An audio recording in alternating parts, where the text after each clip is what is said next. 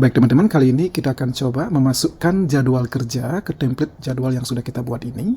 Kemudian kita akan hitung total hari kerja dari masing-masing karyawan.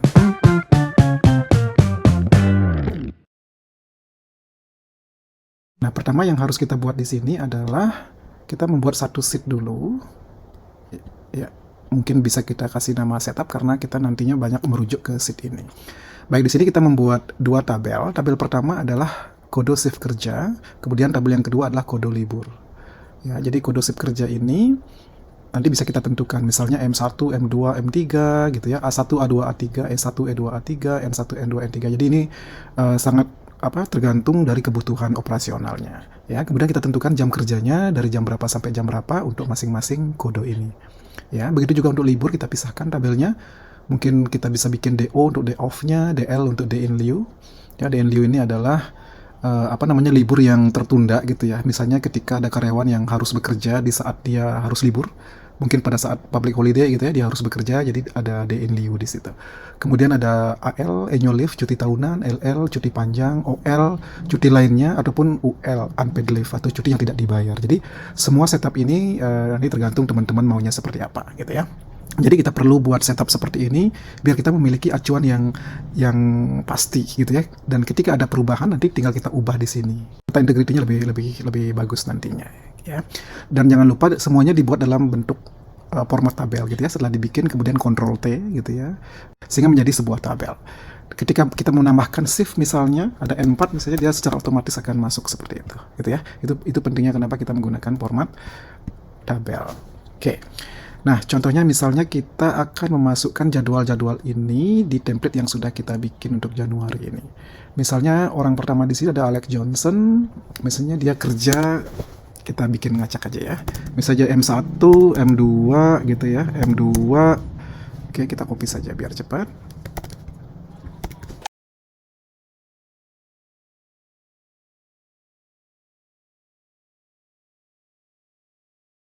Oke. Dan kebetulan karyawan ini juga dia ngambil anggap di sini dia ngambil satu DL gitu ya. Kemudian dia ada ngambil other leave mungkin. Ya, anaknya sunatan misalnya.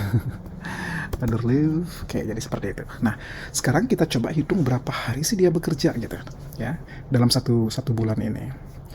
Jadi artinya perhitungannya adalah yang kita hitung di sini adalah semua kode-kode yang menunjukkan shift kerja gitu ya.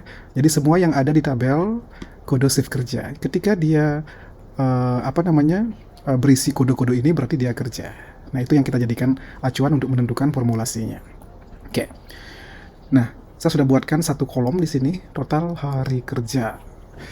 Oke, kalau misalnya kita menggunakan fungsi if atau count if gitu ya. Jadi mungkin terlalu banyak kita nanti membuat kriteria. Kita akan menggunakan fungsi untuk menjumlahkan berapa kode shift kerja yang ada di jadwal ini sama dengan kode shift kerja yang ada di tabel ini, gitu ya. Jadi kita akan bandingkan kode-kode shift kerja di sini dengan shift kerja yang ada di tabel. Ketika dia sama berarti true, gitu ya. Nah, kemudian ketika dia tidak sama berarti false. Nah, jadi berapa jumlah true itu akan kita hitung gitu ya, dan itulah yang akan menjadi jumlah hari kerja. Nah, caranya seperti apa? Jadi kita menggunakan fungsi sum product gitu ya, sum product dari kita akan lihat shift kerja yang ada di sini, yang ada di jadwal. Kita blok dulu ya. Kemudian kita padankan, kita cari tahu dulu berapa yang true gitu ya. Kita padankan dengan acuannya, yaitu kode shift kerja yang ada di tabelnya. Oke, kita padankan. Belum. Oke, setelah itu ketika dia sama dia kan true gitu ya. Ketika dia tidak sama berarti false. Jadi kita mencari nilai true-nya. Berapa jumlah true-nya, kemudian biar bisa dihitung kita kalikan 1. Ya, jadi nilai kode jadwal kerja yang ada di sini dibandingkan dengan kode kerja yang ada di tabel. Ketika dia sama, berapa jumlahnya itu dikalikan 1. Ya, jadi prinsipnya seperti itu. Kemudian kita enter. Oke. Nah, jadi teman-teman sudah dapat di sini jumlah hari kerjanya 15 gitu ya. Ini sudah dipotong karena yang dihitung adalah kode-kode kerjanya saja. Dia tidak akan menghitung DO, AL dan lain sebagainya. Karena ini masuk kategori kode libur gitu kan yang kita sudah buat di tabel setup. Baik. Nah, kemudian untuk karena kode sip kerja tadi sudah dalam bentuk format tabel gitu ya. Jadi kita tidak perlu mengunci ya. Kita tidak perlu kunci dengan F4 karena dia sudah berbentuk tabel seperti itu. Jadi kita tinggal kopikan saja ke bawah. Gitu ya. Kita tinggal kopikan ke bawah. Nah, kalau misalnya let's say misalnya ada tambahan cuti misalnya gitu ya.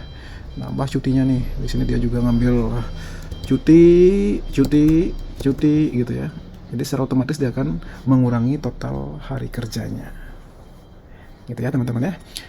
Baik, mungkin itu saja. Untuk selanjutnya mungkin secara bertahap kita kembangkan lagi gitu ya. Ini baru mencari total hari kerja.